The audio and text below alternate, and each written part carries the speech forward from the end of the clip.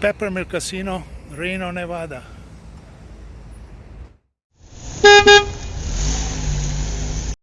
It's October 11th and the first day of Run It Up Reno 2019. It's a beautiful day. Weather is excellent, like 65 degrees. That's like a paradise here.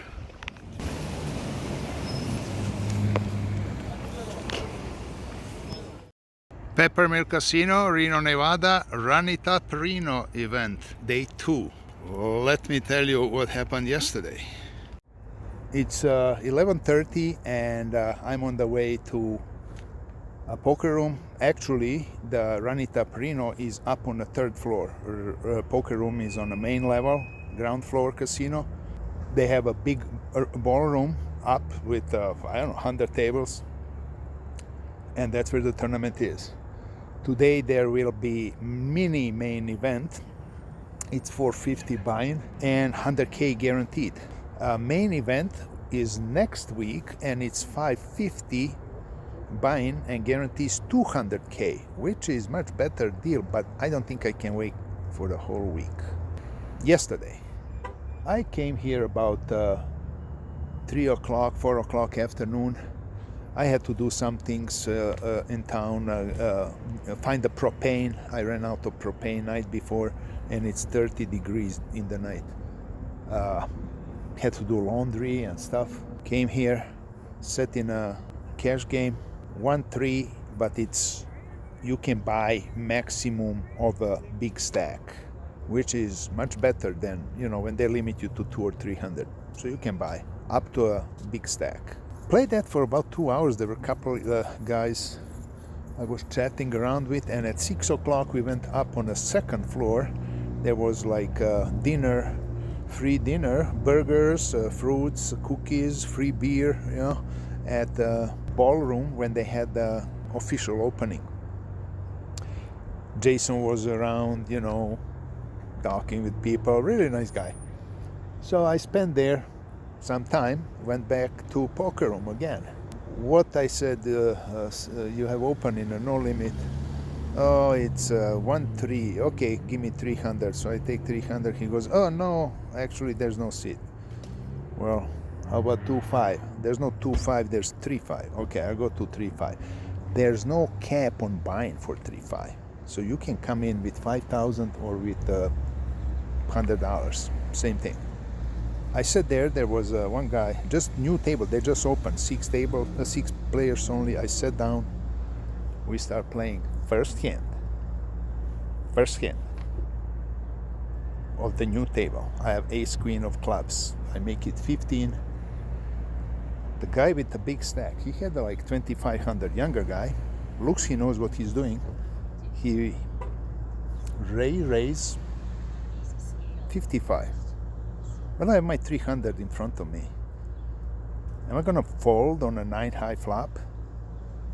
Or I'm gonna just like a donkey call some his bets? What's the next bet? 75, 150? So I just go all in. He gladly calls. Flop is ace, queen, 5. Wow. At that moment he shows his hand, pocket queens. Okay, rebuy. Second hand, I have again ace queen of clubs. Can you imagine? Shuffler, 2 different decks in a row, same suits, same cards. Well, I make it 25. One call, the button calls, and the woman on my right calls. The flop is 10, 8, 4. I'm assuming everybody missed. She checks. I bet 80, thinking they're gonna fold. They missed also. The button, he was in only for like maybe even 100, so he goes all in. The woman on my right grabs 2 stacks and raises to 200. Well, I have no business there, so I fold. Button flips pocket aces. She shows pocket tens. I said, what is wrong here? I have to leave this. Next hand, the guy that beat me in a first hand with a set of queens, he has pocket jacks, beat somebody's kings with the jack on a river. I said, I'm out of here. So I left the table, went to 1-2 game. Played that for a while without any success. Just broke even in that session. So basically I am down about 440 from a 2-5 game. I'm gonna go do that tournament. That's day one. I have a schedule, but I have to read it. Tournament area is on a 3rd floor. Immediately you can see it. Bunch of tables.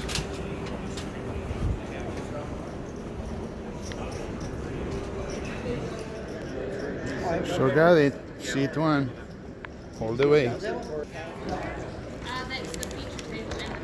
So the final table. Lucky for you, you're not on my table. Oh, thank goodness. Yeah. That's final table from yesterday. 5 hours later. It's level 9, 7 minutes left. There were 248, 136 left, and that's what am I. 136th place. Could make it. Run it up Reno, day 3. It's Sunday. It's about 2:30. Beautiful day. I'm going back to casino. I'm gonna play some cash game. No tournament for me today. I came here day 1 on Friday, played the cash game, lost about 450. Next day, Saturday, which is yesterday, played the tournament. It was 440 buy-in, mini main event, 100K guaranteed, and I busted out 136 after 10 levels. What's interesting to talk about is tournament itself. The structure is beautiful. If you like tournaments, if you like tournament play, this is beautiful. We started with 25,000 chips. First blinds are 100, 100, 100 with ante 100 on a big blind. Next is 100, 200, 100. Really going slow. I played 10 levels. Level 10 blinds are 1,000 big blind. 10 levels, that's like 5 hours of play with 2 breaks that we had in between. If you never played Run It Up Reno, please come in. They're gonna have another one in April, so it's twice a year, October and April. You're not gonna sorry. Problem may be a hotel, but if you arrange something ahead, or you have a relative around, or if you're like me having RV or minivan, you can stay here cheap. Hands that I played. Here's the funny one, which kind of bothers me, the way people play. There was a woman, she played absolutely any 2 cards. She won pots, and good size pots, with 8 deuce, she had 2 pair. With 9-3, she had 2 pair. And she busted out with Queen 3 on a flop, Queen 7-3. So she had the 2 pair again, and the other guy had Queen 7. So it's 2 bigger pairs took her out. And she just goes all in. Now it bothers me the hands she played with me. I was on a button. It was early. Blinds are 100, 100, level 1. For a few hands I was like having bad. I was just folding, and I decided I need some action, so I'm going to raise on a button. So we just started, and it's the beginning. Beginning of the tournament? Yeah. Okay. Like first 1.5 orbit. Okay. Blinds are 100, 100. We have 25,000 each. So 250 blinds. Mm-hmm. And I'm on a button. Didn't get anything, so I decided with King 7 of diamonds to mess it up, So I raised 300. There were several limpers, and everybody calls now. So the flop is Ace of diamonds, Jack of diamonds, 3 of spades. And I now have a nut flush draw. Mm-hmm. So there's a woman in under the gun, and she bets 1,000. And everybody folds. I called. Turn comes 8 of diamonds. Now I have nut flush. Mm-hmm. So like I said, this is not tricky. It was just strange hand. Then she bets 2,000. Now what do I do now? Smooth call. What do I represent there with the calling? I mean, obviously you have 2 choices. You can call or you can raise. In position, I'm probably just going to call. Well, I made it 50-100, thinking if she's not afraid of a diamond, why she's betting, Mm-hmm. Now, put yourself in her hands. Let's say you have a flush, because she actually folded and said, your flush is bigger than mine, which is for me very weird. Why you are chasing a flush She's a tight player and doesn't want to go broke on a flush. So let's say you have 6 high flush. And you bet, and like I raised, do I raise? Does that mean I have a flush and you fold? No, it doesn't mean you have a flush for sure, but I'm going to look at you and see how strong I think you are. I mean, because I know it can be anything, but it was really strange to say. So my thought is that she really even didn't have a flush. She just said that. She probably could have had a flush, or she could have been bluffing. I mean, obviously I wasn't in the situation, but because I wouldn't fold, if I'm chasing that flush. Why do I fold? Because I was raised. Well, again, it's looking at player profiles. If you raise me in a hand early in the tournament like that, I'm not going to get overly committed. Yeah. So, well, like I said, for me it was strange. It's not even tricky. I could call, I could raise, I could go all in, whatever. But I'm probably just going to flat call and let her continue to bet. Yeah. But I was thinking that. But then if I'm calling, what I'm calling with ace jack. You could be calling with ace king with the king of diamonds. Ace king, yeah. I mean, you could be calling with just the king of diamonds, and you could have been raised with the king of diamonds. It's a little bit less likely, but I mean, it's an option. I would raise with the king of diamonds, the bear king of diamonds. They actually did it today. I had the bear king of diamonds on a board and floated on an ace-side board, and the flush came on the turn. I just represented it. Yeah. So. But I just think that she didn't have diamonds, that she just said that. I mean, definitely a possibility, yeah. Safe face. Because she played any 2 cards all the time, like 8 deuce and 9-3, and she flushed 2 pair and stuff like that. So I think that she just said that, because it's weird. You're chasing diamond, it comes, you re-raise, you fold. Come on. Everybody lies about their hands. Oh yeah. So. Okay, good luck to you. Thanks. Nice meeting you. Nice to meet you, man. If you're drawing for a flush and you get it, why do you fold when you get it? What's the deal here? What's the play? Anyways, I pick up their nice pot. It continued with several bad beats I had, and comes to level 10. Blind is 1,000. I have 10,000. It's time for all in. I'm looking at the really bad sequence of cards, and now I'm under the gun. I don't want to look. I'm under the gun. Let's maximize this value. I'm all in, Gus Hansen style. No look. I get a call. Guy flips king jack. I flip my 8-7 of hearts. Flop is 9, 6, 4, 5, deuce. I made a straight. Next hand, I'm a big blind. Gus Hansen style. I'm all in. I have about 18,000. I get one caller, pocket aces, and I'm out. Yeah. 5 hours of my life gone. Can't rewind it. Okay, let's go to cash game. That was about 5 o'clock. I sit down. I play till 1:30 in the morning, non-stop. Win a pot, lose a pot. Win a pot, lose a pot. Fold, fold, fold. End up with $190 loss, left at close to 2 o'clock. Total for 2 days is over $1,000.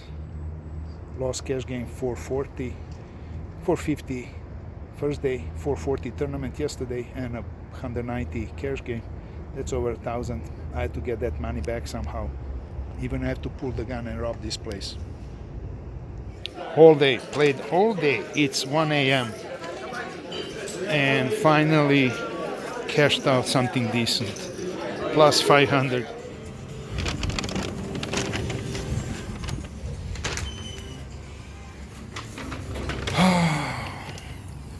One in the morning. They have some Italian team, you see, Italian Firenze, Venice, Italian cities, and all these statues, and the rooms upstairs are like Naples, and everything Italian theme. But the casino is called Peppermill. How dumb can that be? Why didn't call it Little Italy or something? The red lights in the distance, that's Atlantis. That's another big one. I think they have poker room, but it's small. This is the good poker room. The games are almost like no cap on buying, which is good. Then they also have there a bar with soda drinks, coffee, even they bring soup and sandwiches free for players. So really good bonuses there. They have high hand of the hour, they have other promotions. So really, I like Peppermill. I started at 3 o'clock in the afternoon, and now it's almost 1 a.m. I played just a few minutes short of 10 hours. 10 hours in a seat for $515 plus. That's too much, 10 hours. I cannot stand it, but I had to get some of my money back, and I got it like half. Another 500, I'll be even. I slowly build up to 500, and then about midnight, when the game becomes crazy and loose, when nobody cares anymore, I start catching them in bluffs, or calling their bets on the river with same pair but better kicker. Sometimes I had 2 pair. The only good thing is $500 plus. Tomorrow, let's do it the same.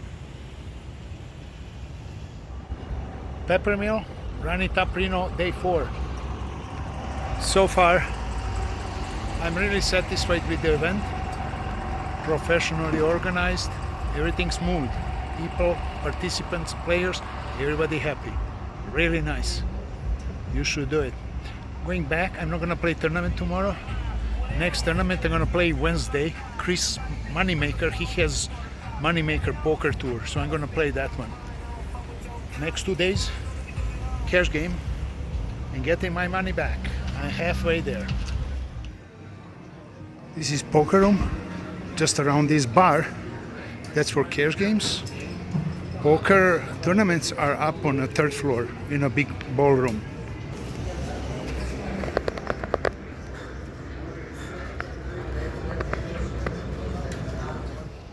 Run It Up Reno, day 5. It's turning into Run Me Down Reno. Had a little win yesterday, another little loss, altogether still 800 down. I'm going back. I have to get that money back. Wednesday, Peppermill, Run It Up Reno, day 6. I'm depressed. If you're asking about day 5, better don't ask, because I'm not talking about that. Today it's day 6. I decided tomorrow I'm gonna leave. I'm so depressed. This morning at 10 o'clock there was a Moneymaker tournament event that I planned to play. I couldn't leave the bed.